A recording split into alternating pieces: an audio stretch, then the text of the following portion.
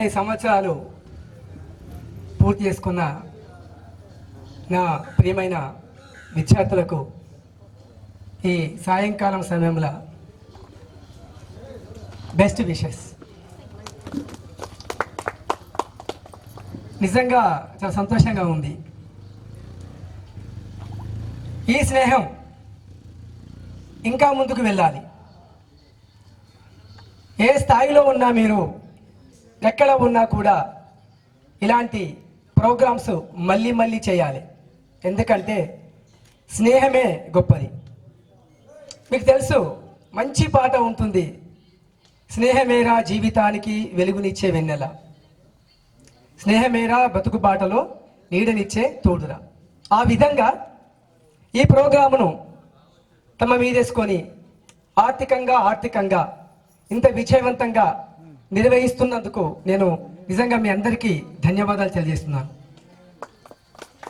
ప్రధానంగా చిన్న Kiran చోటీ Kiran, when I was joined in the school as a Vidya volunteer, the 98, 99 maybe, అప్పుడు విద్యా committee చైర్మన్గా బాధ్యులుగా మన సాయిలన్న తర్వాత సోమన్న ఉండేది. నాతో పాటు సుదర్శన్ సార్ ఉండేది. అప్పుడు ఇక్కడ 8th 9th, ఆ తర్వాత 7th 6th ఉండేది. ఇంకా 10th కాలేదు. అప్పటికి నేను PhD జాయిన్ అయ్యాను. వీళ్ళు చాలా బలవంతంగా సుదర్శన్ రెడ్డి ఉండేది. వెంబడిపడి నేను ఆ ఇంటర్వ్యూకు రాలేదు. అప్పుడు MRPలు సురేందర్ రెడ్డి సారు, తర్వాత మన చారీ సార్ ఉండేది, శివాచారి ఉండేది. నేను ఇలా ఇరికిస్తారని నేను ఆ ఇంటర్వ్యూ కూడా అటెండ్ కాలేదు, ఇక రాలేదు. ఆ తర్వాత కూడా ఎవరు సెలెక్ట్ చేయకుండా సుదర్శన్ సారు నన్ను సెలెక్ట్ చేశారు. అప్పుడు Yakesh sir, Somareddy sir, Mallareddy sir, మా సారు, తర్వాత రామచంద్రం సారు, వీళ్ళందరూ ఉండేది ఇక్కడ. మాతో పాటు కొత్తగా జాయిన్ అయిన మాధవి మేడం గారు ఉండేది, హిందీ అనుకుంటా, హిందీ కూడా చెప్పేది మేడం. సరే, మేబీ అంటే ఎగ్జిట్ కాబట్టి అన్నీ డీల్ చేయాలి మీ లెక్క మల్టీ డైమెన్షన్గా. అయితే అప్పుడు మేము వచ్చే నాటికి పరిస్థితి కొంత గందరగోళంగానే ఉండేది. మీకు ఎందుకు చెప్తున్నానంటే, ఈ కడవెండికి ఒక స్పష్టమైన ప్రత్యేకమైన ఒక విలువ గుర్తింపు ఉంటుంది. చుట్టూ 20 ఊర్లు, ఇక్కడ మనుషులను చూడకపోయినా ఊరి పేరు చెప్తేనే కొంత భయంగా గౌరవంగా ఉండేవాళ్ళు. అలాంటిది మాకు కూడా కొంత ఆ సంస్కృతి అబ్బింది. ఇక జాయిన్ అయినాక ఇక్కడ స్కూల్లో మా పెద్దలు, మా గురువులు యాకయ్య సారు, తర్వాత సోమరెడ్డి సారు, వాళ్ళదే ఇక్కడ రాజరికం, ఇది వాస్తవం. అయితే అప్పుడు నాకు వీళ్ళు అలాట్ చేసిన classes 9th class, 8th class, 6th class, all social sciences. అయితే ఈ కిరణ్ కనపడకపోయేది క్లాసులో, చాలా తక్కువ ఉండేది. బాగా అప్పుడు అంటే అడ్వాన్స్గా ఉన్న వాళ్ళు, సిన్సియర్గా ఉన్న ఆ దౌంటికే నాగరాజు, వాడు 8th ఉండేది, వాళ్ళ అన్నయ్య వెంకటేష్ 9th ఉండేది. ఇక 8th ఈ అమ్మాయి ఉండేది. ఇంకొక అమ్మాయి ఏం మాట్లాడకపోయేది. ఆ అమ్మాయి అనుకుంటా ఆ జ్ఞానేశ్వరి అమ్మ, బహుశా జీవితంలో మొత్తం మాట్లాడిన అక్షరాలు బహుశా 100 కావచ్చు. బాగా చదివేది, ఏం మాట్లాడకపోయేది. అంటే ఇక్కడ ఇప్పటిదాకా మీ అందరిని అబ్జర్వ్ చేసిన విషయం ఏంటంటే, అక్కడ ఉండి మీరు లక్షలు మాట్లాడతారు, లక్షణంగా చాలా బ్రహ్మాండంగా రాజకీయ నాయకులకు ఉపన్యాసిస్తారు. ఇక్కడికి వచ్చి 4 మాటలు మాట్లాడితే మీకు చాలా ఇబ్బందిగా ఉంటుంది, కన్ఫ్యూజ్ అవుతుంటారు.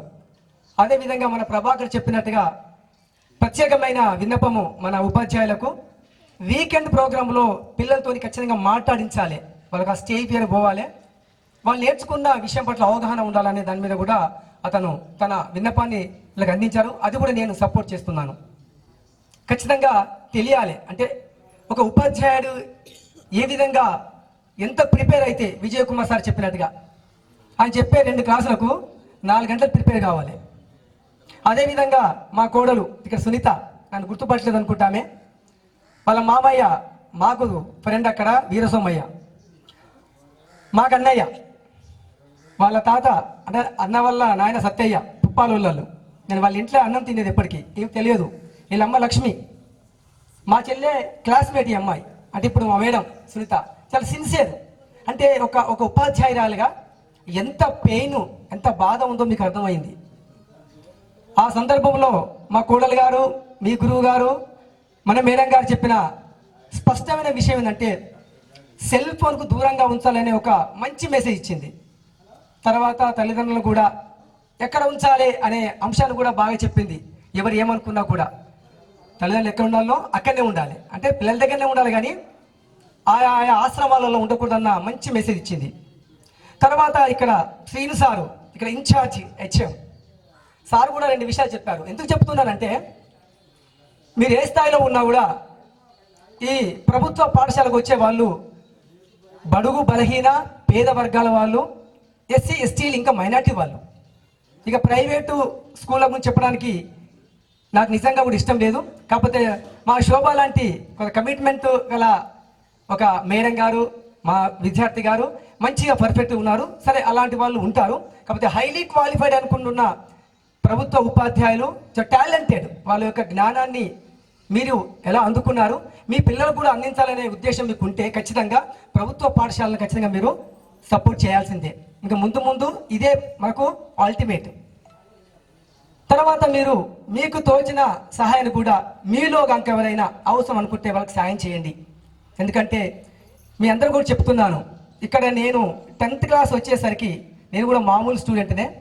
మాకు ప్రత్యక్షంగా పరోక్షంగా ఒక డాక్టర్గా, ఒక యాక్టర్గా, ఒక టీచర్గా, ఒక ఫ్రెండ్గా, అన్ని తీరుగా వెనక ఉండి తన పుస్తకాలు నాకు అందించిన సారు నరసింహరావు సార్ నిజంగా నేను చాలా చాలా హ్యాపీగా ఫీల్ అవుతున్నాను.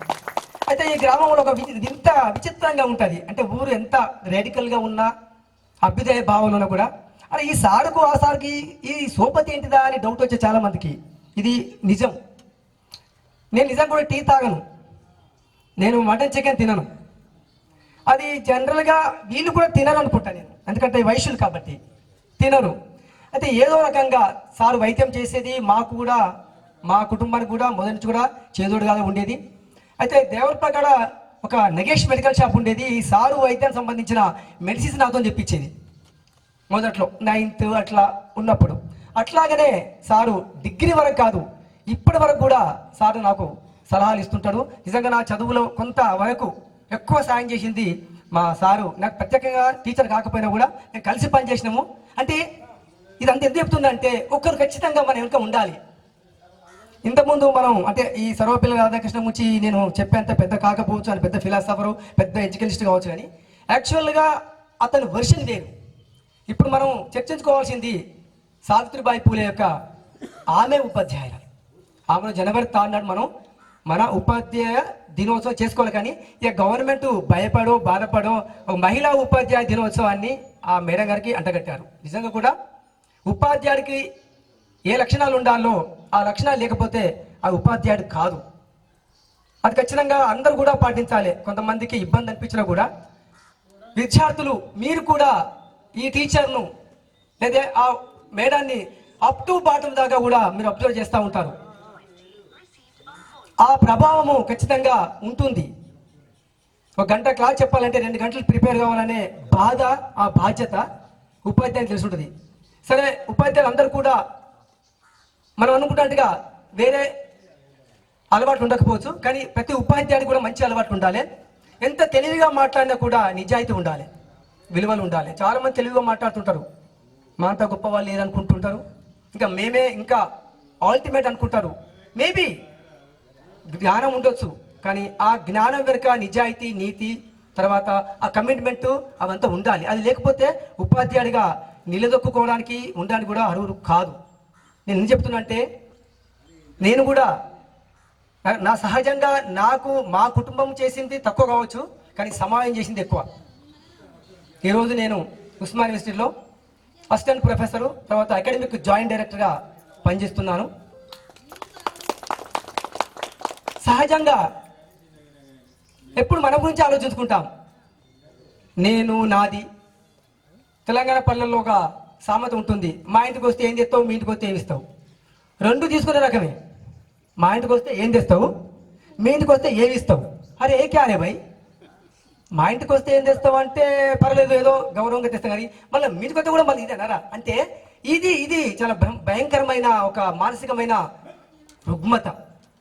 ఉన్న మేరకు మనం సాయం చేయాలి. ఇక మీకు ఎగ్జాంపుల్ చెప్తున్నాను. సోమన్న బహుశా ఎర్లీగా వాళ్ళ నాన్న చనిపోయాడు. నాకు తెలుసు వీళ్ళు కొడకన్నతో చదివేది. ఆ అన్నతో పాటు కోల సాంబయ్య ఉండేది. ఇక్కడ అప్పుడు హాస్టల్ ఉండేది, దేవులపల్లి ఉండేది, కానీ సీట్ రాలేదేమో. కొడకళ్ళగా ఉండేది. అప్పుడు కొడకళ్ళ సెంటర్ ఉండేది మాకు 10th. నిజంగా చాలా ఇబ్బంది పడ్డారు. ఇక నేను ఎందుకు ఆ విషయం ప్రస్తావిస్తున్నట్టే, సోమన్న ఎడ్యుకేషన్లో అంటే హయ్యర్ వెళ్ళిపోలేదు, కానీ వాళ్ళ కొడుకులో మాత్రం పంపించాడు. నిజంగా చాలా గర్వకారణంగా ఉంది నాకైతే. అంటే ఒక తండ్రి యొక్క ఆశయం తను సాధించలేదన్న ఒక బాధ తన పిల్లల్లో లేకపోతే తన సమాజంలో చూసుకుంటున్నారు. అలాగనే ఇంతకుముందు వాళ్ళు చెప్పారు, నేను ఎక్కువ చదవలేదు, మన సవిత చెప్పినట్టుగా నా బిడ్డ ఇక్కడ ఫస్ట్ క్లాస్ వచ్చింది అనేది. ఇవన్నీ కూడా ఒక మంచి గుణపాఠాలు. అంటే మనం ఏ స్థాయిలో ఉన్నా కూడా ఇక్కడ ఒకటి అల్టిమేట్ ఎడ్యుకేషనే. మీకు అంబేద్కర్ గురించి తెలుసు అనుకుంటా, 32 డిగ్రీలు చేశాడు. మీరు చూడండి, 32 డిగ్రీలు అంటే మామూలు కాదు. ప్రపంచం సంబంధించిన ఆ అంబేద్కర్కి ప్రపంచ విజ్ఞానకని అనే ఇంటలెక్చువల్, ఆయన పేరు మీద ఇంటర్నేషనల్ ఇంటలెక్చువల్ డే జరుగుతుంటుంది. తెలివి ఒక్కరి సొత్తు కాదు, ప్రతిభ ఒక్కరి సొత్తు కాదు. అవకాశాలు, తర్వాత కష్టపడే తత్వం ఉండాలి. ఇదంతా మనకు ఉంటుంది, కానీ మనం ఉండదు అనే ఒక భావంలోనే పోతుంటాం మనం. అందరికీ ఉంటుంది. ఇక్కడ మీరు మీ పిల్లల్ని ఎంత కష్టం ఉన్నా పర్లేదు చదివించండి. ఆఖరికి మీరు తప్పుగా అనుకున్నా పర్లేదు, కానీ ఓ ఎకరం అమ్ముకొని చదివించండి. ఎందుకంటే వాడు తర్వాత 100 ఎకరాలు కొంటాడు. కొనుక్కుంటే భూస్వామ్య విధానం లేకపోయినప్పుడు కూడా అంటే ఎడ్యుకేషన్ అనేది ఎంత ఇంపార్టెంటో మీరు తప్పకుండా గ్రహించాలి. అది లేకపోతే ఏది లేదు. నేను ఈ అమ్మాయిని చూస్తూ ఉంటాను. ఇప్పుడు శోభ మేడం బాగా చక్కగా మాట్లాడుతుంది. కవితను చూసారు అంత చక్కగా రాస్తున్నదో. అప్పుడు కూడా బాగా క్లెవరు. వాళ్ళ పరిస్థితులు అనుకూలించలేక సరే ప్రభుత్వ ఉద్యోగమే మనకు ప్రధానం కాదు. మనం చేయాలనుకున్న ఎంచుకున్న ఏ వృత్తైనా కూడా చాలా ఇష్టంతో చేస్తే అది ఖచ్చితంగా సత్ఫలితాలు ఇస్తుంది. అలాగనే సుంత కూడా చాలా సీనియర్, మన సిన్సియర్. మా ఇంటికి వచ్చేది అమ్మాయి ఇప్పటికీ. ఇప్పుడు గుర్తుపట్టిందే ఆ చెల్లి, ఇప్పుడు గుర్తుపట్టింది. అంటే మా కోడలు నిజంగా వాళ్ళమ్మ మా అక్క. ఎందుకు చెప్తున్నట్టే, అమ్మ వాళ్ళు సీతాపురం పోతే అమ్మ నేను పోయేది. మా అమ్మ గాజులు అమ్ముతుంది కదా, అసలు నన్ను మీరు తాను గుర్తుపట్టిన తెలియదు, కానీ బ్రహ్మాండంగా ఇప్పుడు మా తమ్ముడు చెప్పినట్టుగా ఇంత పెద్దగా ఇంత గ్రాండ్గా మేము ఎక్స్పెక్ట్ చేయలేదు.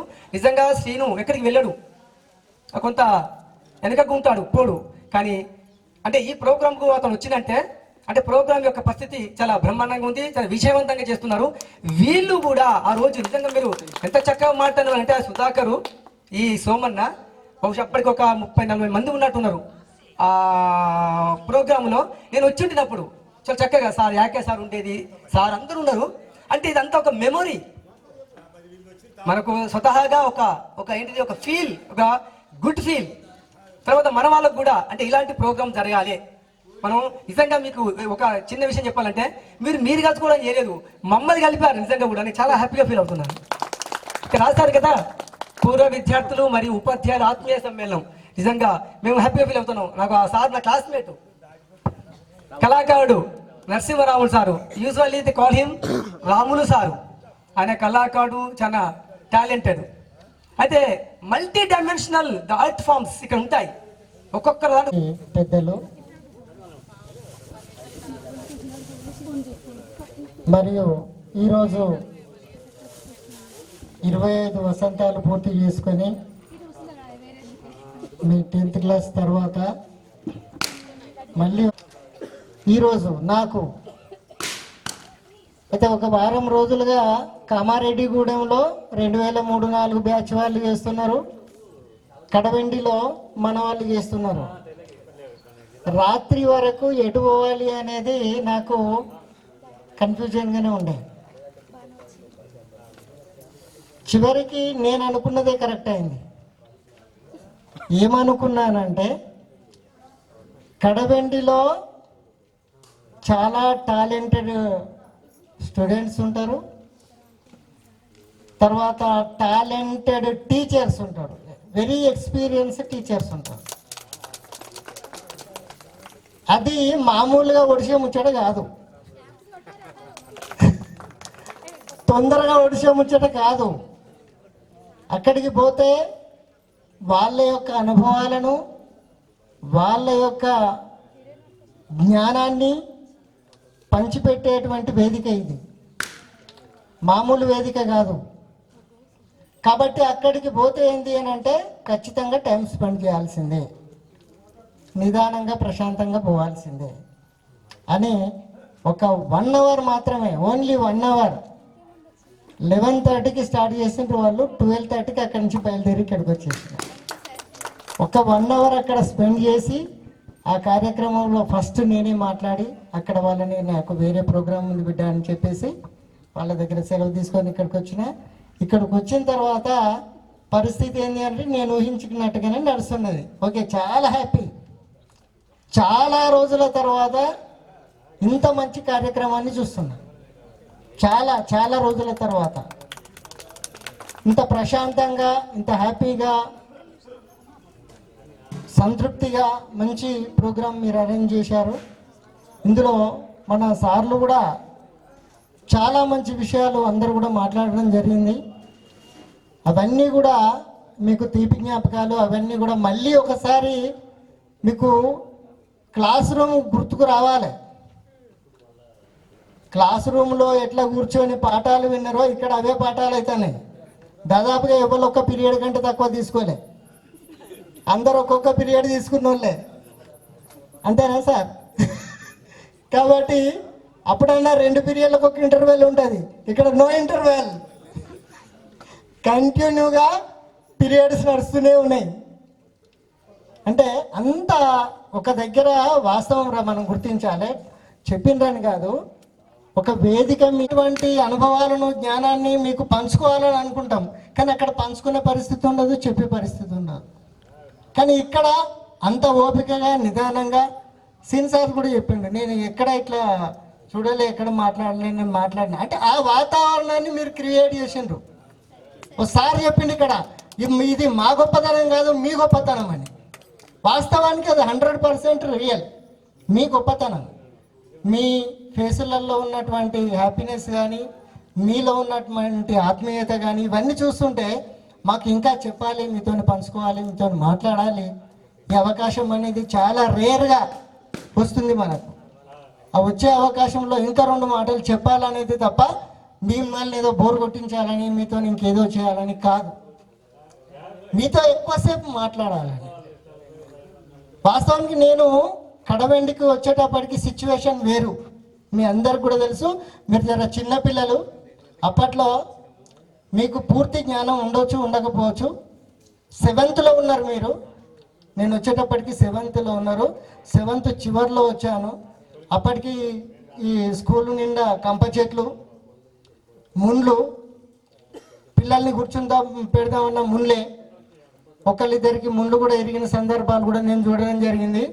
నా గుణం ఒకటి ఏంటి అని అంటే, నేను ఎక్కడ ఉన్నా, ఎక్కడ పనిచేసినా, నా గవర్నమెంట్ జాబ్ రాకముందు కూడా ఒక 10 సంవత్సరాలు నేను ప్రైవేటు టీచర్గా చేసిన. అక్కడ కూడా డామినేషన్ నాదే ఉండాలి, గొప్ప చెప్పుకుంటలేను. ప్రైవేట్ స్కూల్లో ఎంత ఓనర్ ఉండని, ఎవరన్నా ఉండని, నథింగ్ బట్ పిల్లలకు న్యాయం జరగాలి, డామినేషన్ నాదే ఉండాలి. అంటే నా డామినేషన్ ఎట్లుంటుంది అంటే, పిల్లలకు న్యాయం జరగాలి, పిల్లలకు సక్రమైనటువంటి విద్యను అందించాలి. సర్వతో అంటారు కదా, సర్వతోముఖాభివృద్ధి అన్నీ ఉండాలి. ఆటలు ఉండాలి, పాటలు ఉండాలి, హ్యాపీనెస్ ఉండాలి, చదువు ఉండాలి, అన్నీ ఉండాలి పిల్లలకు. ఆ విధంగా పోరాటం చేసేది నేను. న్యూ కాకతీయలో సారు వెంకటరెడ్డి సార్ అని ఉండే, పిసినారి, ఎక్కడికి తీసుకుపోయేటోడు కాదు పిల్లల్ని. ప్రైవేట్ స్కూలు నేను పోయిన కొత్తగా డామినేషన్ చేసి ఒప్పించి పిల్లలని శ్రీశైలం టూర్కు తీసుకుపోయిన 3 days. Private school, government school కూడా కాదు. అంటే నేనున్న దగ్గర గేమ్స్ ఉండాలి, కల్చరల్ ప్రోగ్రామ్స్ ఉండాలి, టూర్స్ ఉండాలి, అది నా ఏం. దానికోసం నేను దేనికైనా సిద్ధపడతాను. ఆ రకంగా మన దగ్గరకు వచ్చినాక కూడా కంప చెట్లన్నీ దించిన నా వంతుగా సార్ వాళ్ళతో మాట్లాడి, సార్ ఈ ముందొద్దు సార్ అని వరల్డ్ విజన్ సార్తో మాట్లాడి ప్లాంటేషన్ చేయించిన.